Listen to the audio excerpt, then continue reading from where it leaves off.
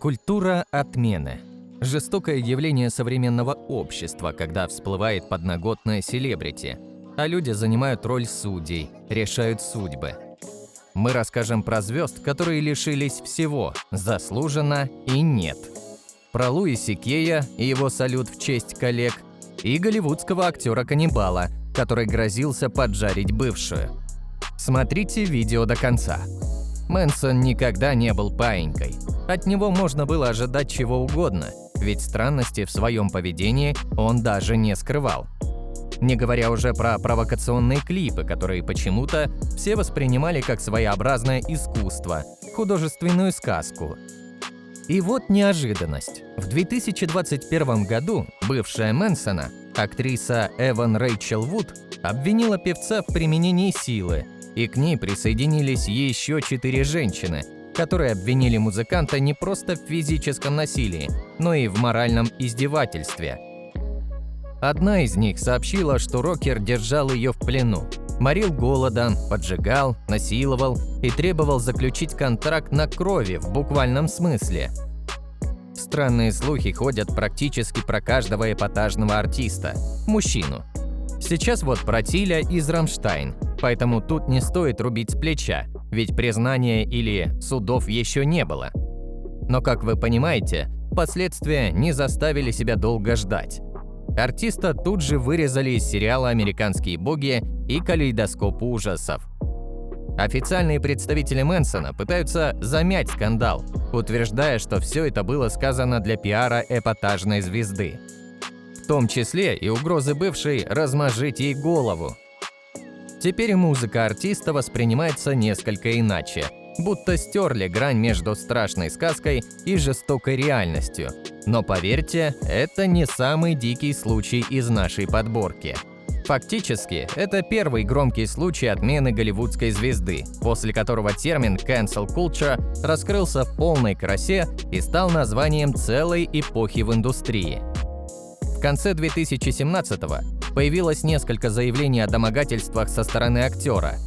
Самым нашумевшим стало обвинение Энтони Рэпа, которого Спейси пытался склонить к сексу еще в 1986 году. Звезду «Карточного домика» выгнали из сериала, а сцены фильма «Все деньги мира» с его участием были пересняты заново. Это был эффект разорвавшейся бомбы. За считанные недели актер распрощался со всеми возможными контрактами, титулами и премиями. Актер пропал с радаров на год, пока в 2018-м на YouTube не появилось его зловещее рождественское обращение от лица Фрэнка Андервуда, персонажа Спейси из «Карточного домика». На следующие 2 года предпраздничные ролики Спейси стали традицией. Затем отмененная звезда снова исчезла. Не спасает даже тот факт, что актер выиграл суд с Энтони Рэпом. Адвокаты доказали невиновность Спейси, и тут вроде нужно радоваться, раз прецедент есть. Дальше пойдет все по маслу. Но остался еще с десяток обвинений по другим случаям, где гораздо больше доказательная база, так что об очистке репутации и камбэке на экраны говорить точно рано. За 5 лет единственные съемки Кевина состоялись в фильме, где он играл практически себя, в итальянской драме про отмененного художника «Человек, который нарисовал Бога». Ладно, а если человека отменили, а потом оказалось незаслуженно, то реабилитируют? Есть ли обратный ход гневу человеческому?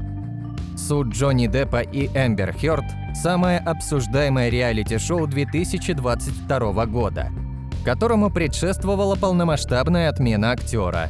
Это, наверное, самый медийный скандал, да еще и с судебными заседаниями, где хотелось смеяться и плакать одновременно. Если это событие обошло вас стороной, то вот краткая хронология. Еще в 2016 году, во время развода, Хёрд обвинила бывшего мужа в домашнем насилии. В 2018 подкинула подробностей. Депп дал свою версию и тоже обвинил экс-супругу в абьюзе. Потом подал в суд за клевету. Хёрд, как вы уже поняли, тоже в ответ подала в суд. Так парочка стала выяснять публично, кто с кем спал и кто испачкал лифт и кровать супругов. В 2020-м из-за всех этих скандалов карьера актера была, по сути, разрушена. Он и до этого в течение пары лет не слишком активно снимался. А в ходе этого скандала звезду фактически сняли с роли Гриндевальда в «Фантастических тварях». После этого ролей фактически не было, хотя он самый известный и рейтинговый актер Голливуда. Депп выиграл суд на радость всей мужской аудитории, которая потешалась над доводами его бывшей жены, но пока это не особо помогло. В большие проекты актера звать не спешат. В списке премьер только французская историческая драма «Жанна Дюбари», где Депп играет короля Людовика XV. Еще актер появлялся в роли модели на показе модного бренда «Рианы». Но даже после выигранного суда певица, видимо, по инерции прилетела от его ненавистниц в комментариях. А это пока единственный случай, когда звезда, а тут вообще главный человек индустрии, получил реальный срок, да еще и такой огромный. Харви Вайнштейн – это настоящая легенда Голливуда. Знаменитый продюсер, который отличался агрессивной и бескомпромиссной тактикой ведения дел. На протяжении 4 десятилетий был ключевой фигурой киноиндустрии. Благодаря ему многие актрисы, такие как Ума Турман, Дженнифер Лоуренс, Джессика Альба, Сиенна Миллер и Гвинет Пэлтроу, получила шанс прославиться и стать теми, кем вдохновляется весь мир. Но насколько высоко Харви находился, с такой же высоты ему и пришлось рухнуть, столкнувшись с тем, что не все готовы закрывать глаза на его преступления. В 2016 году, после разоблачительной статьи в The New York Times, где сразу несколько женщин, которым довелось поработать с известным продюсером, признались, что он предлагал им продвижение по карьерной лестнице в обмен на интимные услуги. За одной публикацией последовали и другие. Это был снежный ком, который несколько месяцев набирал обороты, закапывая все заслуги продюсера. Вайнштейну не помогли ни связи, ни деньги, ни команда высококлассных адвокатов. 24 февраля 2020 года суд присяжных признал продюсера виновным по 2 эпизодам из 5, дошедших до суда. А 11 марта верховный судья Джеймс А. Берк приговорил Харви Вайнштейна к 23 годам лишения свободы. Но на этом история не закончилась. В феврале 2023 года ему подкинули сверху еще 16 лет за изнасилование русской модели. Когда-то Франко был одной из самых плодовитых голливудских звезд. Снимался и в комедиях, и в блокбастерах, номинировался на «Оскар» и еще успевал кучу всего режиссировать и продюсировать. А отменили его примерно в то же самое время, когда он сам приходил на тусовки селебрити со значком в поддержку жертв насилия. В начале 2018 года 5 учениц актерской школы Франко заявили о регулярных сексуальных домогательствах с его стороны. За пару дней до обвинения актеру еще успели вручить «Золотой глобус» за роль в его же «Горе-творце». А вот на «Оскаре» картину просто завернули, сняв с общего конкурса, хотя до этого она считалась чуть ли не фаворитом. Вырезать из других проектов Франко не стали. В течение года еще выходили ленты с его участием, но других фильмов актер с тех пор так и не анонсировал. После всего случившегося, лучший друг и постоянный соавтор Франко, Сет Роген, заявил, что больше никогда не будет с ним работать, что положило конец их 20-летнему творческому партнерству. В 2021-м отмененный актер выплатил своим жертвам компенсации на сумму $2 200 000. А первой его работой за 4 года отмены стала главная роль в байопике о Фиделе Кастро. Причем дочь кубинского революционера полностью поддержала такой выбор, хотя картина не вышла до сих пор. А теперь поговорим про комиков, ведь им вообще все можно перевести в шутку. Или же нет? Легенда стендапа, актер и режиссер Луи Си Кей тоже был одним из первых, кто попал под волну отмены знаменитостей. За то, что периодически заставлял коллег-женщин смотреть на то, как он мастурбирует. Это могло бы быть шуткой, как раз в стиле Луи Си Кея, но оказалось травмирующей правдой. Осенью 2017-го, за день до премьеры, был снят с показов его фильм «Я люблю тебя, папочка». Также показывать шоу комика больше не захотел ни один телеканал или стриминг. CK сразу же во всем признался, публично раскаялся и лично извинился перед всеми неанонимными жертвами своих домогательств. Вероятно, это его отчасти спасло от полного краха карьеры. Последние 5 лет у комика громких релизов не было, но он периодически светился в разных подкастах и гастролировал с концертами по Европе. Сейчас Луи все чаще появляется на публике. С 2020 года у него вышло 2 стендап-спешла. Один из них с красноречивым названием «Sorry». CK'ю приходится все делать своими руками. Мы про продакшн, а не про его старую привычку. Выпускает видео на личном сайте. Продюсеры и стриминги все еще опасаются с ним работать, считая токсичной для рейтингов звездой. Но если с предыдущими было понятно – харассмент и отвратительные поступки, то что по поводу «отменить за слова»? В начале 2021 года студия Lucasfilm разорвала отношения с актрисой Джиной Карано, сыгравшей Кару Дюн в сериале «Мандалорец». И все это произошло из-за ее ролика в TikTok, где она сравнивала США с нацистской Германией из-за ненависти к республиканцам, по аналогии отношения немцев к евреям. Вот та злосчастная цитата. «Евреев избивали на улицах не нацистские солдаты, а их соседи, даже дети. Поскольку историю редактируют, большинство людей сегодня не осознают, что для того, чтобы дойти до точки, когда нацистские солдаты могли легко собрать тысячи евреев, правительство сначала заставило своих соседей ненавидеть их просто за то, что они евреи. Чем это отличается от ненависти к кому-то из-за их политических взглядов?» На самом деле, это был не единственный ее промах в социальных сетях. Она и ранее оказывалась в скандалах. Например, заблокировала аккаунты, поддерживающие движение Black Lives Matter. Еще она выступала против вакцинации и публиковала теории заговора о том, что выборы в США сфальсифицированы. Многие люди уже воспринимали ее как городскую сумасшедшую, а политические заявления попросту подлили масло в огонь и стали последней каплей для отмены в стране, которую она так критиковала. За словами приходится следить и великим писателям, не побоимся этого слова, ведь следующую знаменитость знают даже самые маленькие. Наверное, вы уже слышали об этом скандале. Скорее всего, о нем слышали даже жители джунглей. Джоан имела неосторожность высказать свое личное мнение в Твиттере, предложив не мудрить с названиями лиц женского пола и использовать старое и понятное «женщина». После этого на писательницу вывалилась тонна обвинений в ненависти к трансгендерам.